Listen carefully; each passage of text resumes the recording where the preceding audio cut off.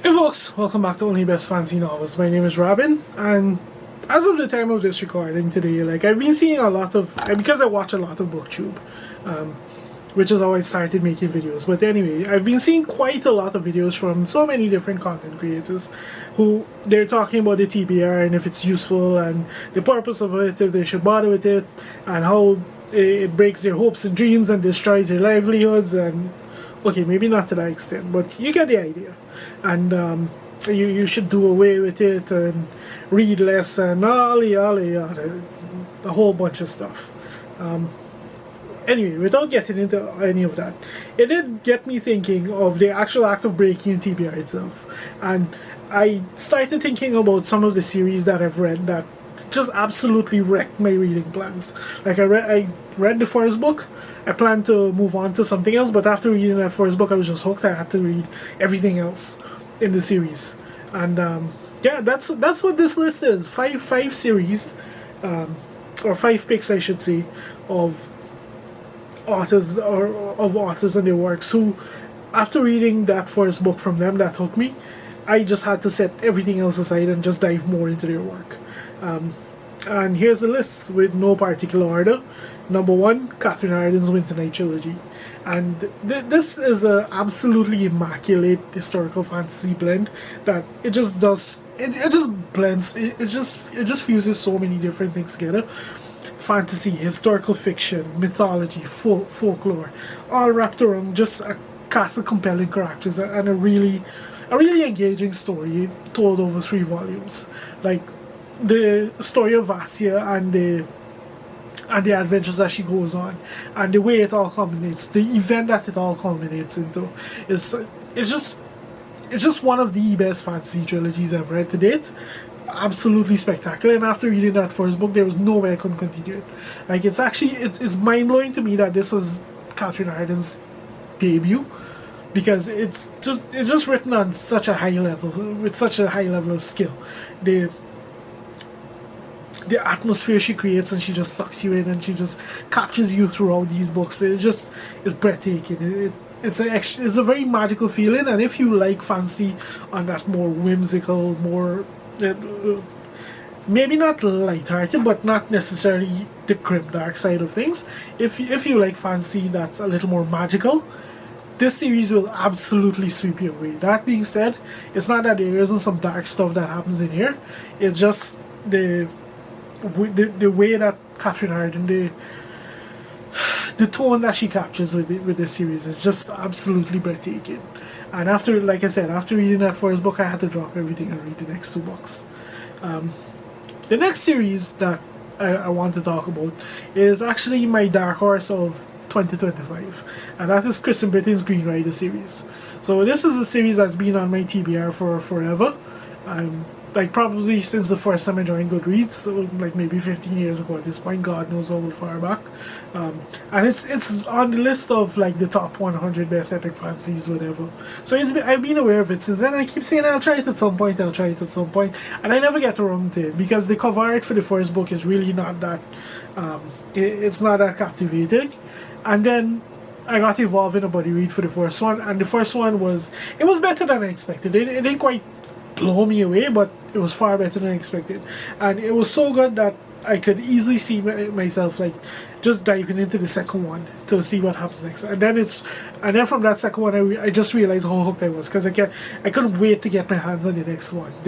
Kristen Britton, it starts very much as a story inspired by Valdemar and Lord of the Rings, but it just so rapidly becomes its own thing.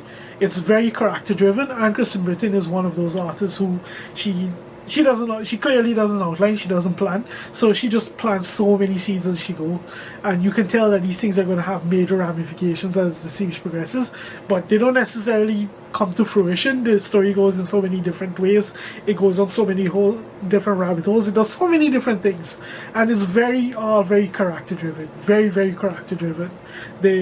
Even when it cleaves more towards a traditional bent that you would think as a series inspired by Lord of the Rings, she handles these conflicts and these different storylines in very creative ways, very unusual ways, given the classic type of story that this is. And it's really well done. It's really well done. I'm about 5 books in, and I am absolutely I have trouble putting this down, to be honest, to read all the stuff that I really want to read. So that's another series that just absolutely broke my TBR for this year. And then we come to the one that the first series that I thought of when I thought of this, and that's Jim Butcher's Dresden Files. Like I was out.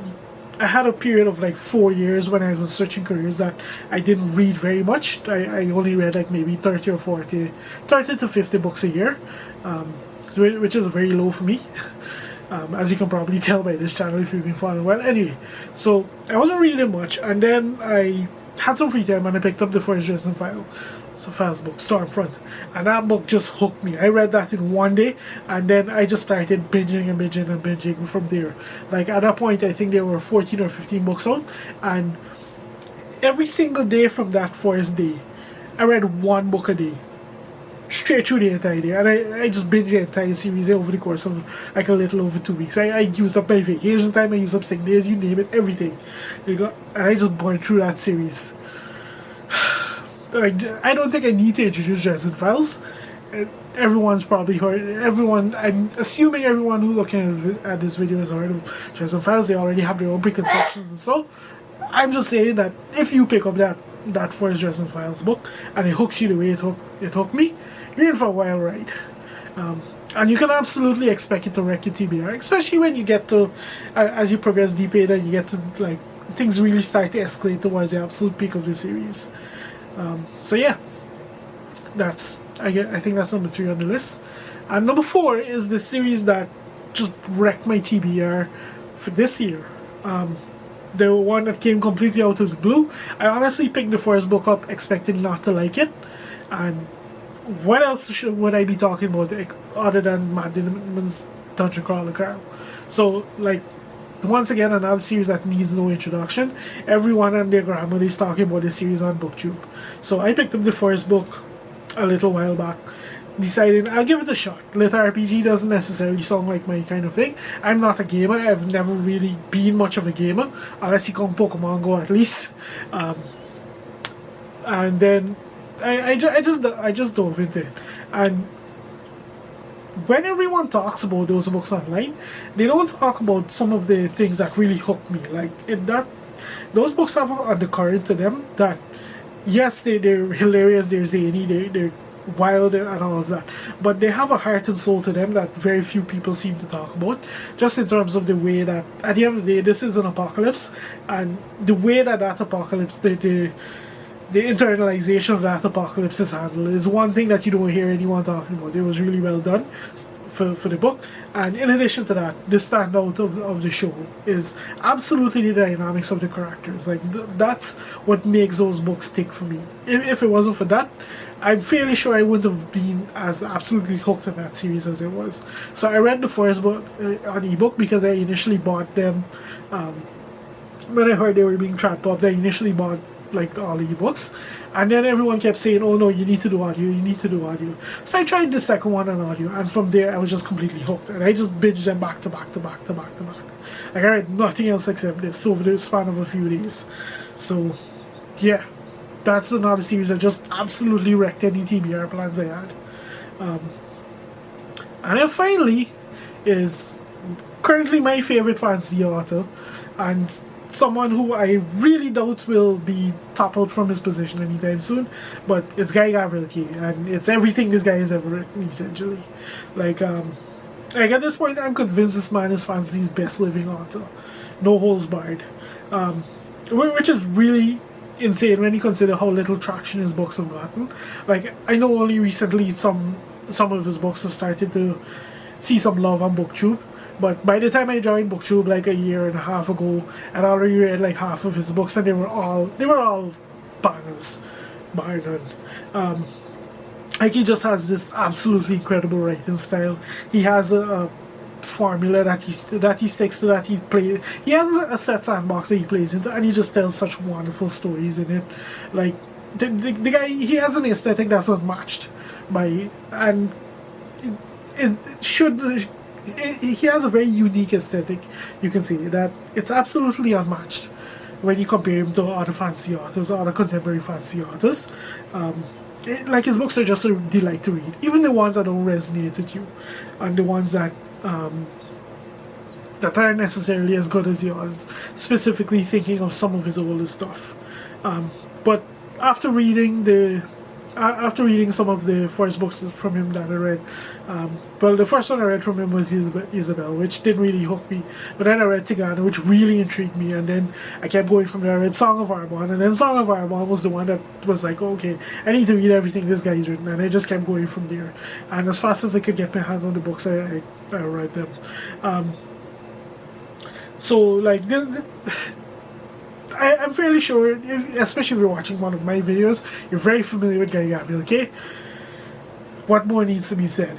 Try any of the series on this, any of the authors or any of the series on this list, and if they work for you as well as they work for me, they will absolutely wreck your TBR, and not in one of the, like, miserable ways that most booktube videos seem to be talking about it in this day and age, but wreck it in the good way, absolutely in discovering, in helping you discover something new to really love and enjoy reading, a new author, a new whatever, and I just hook you and just keep you hooked.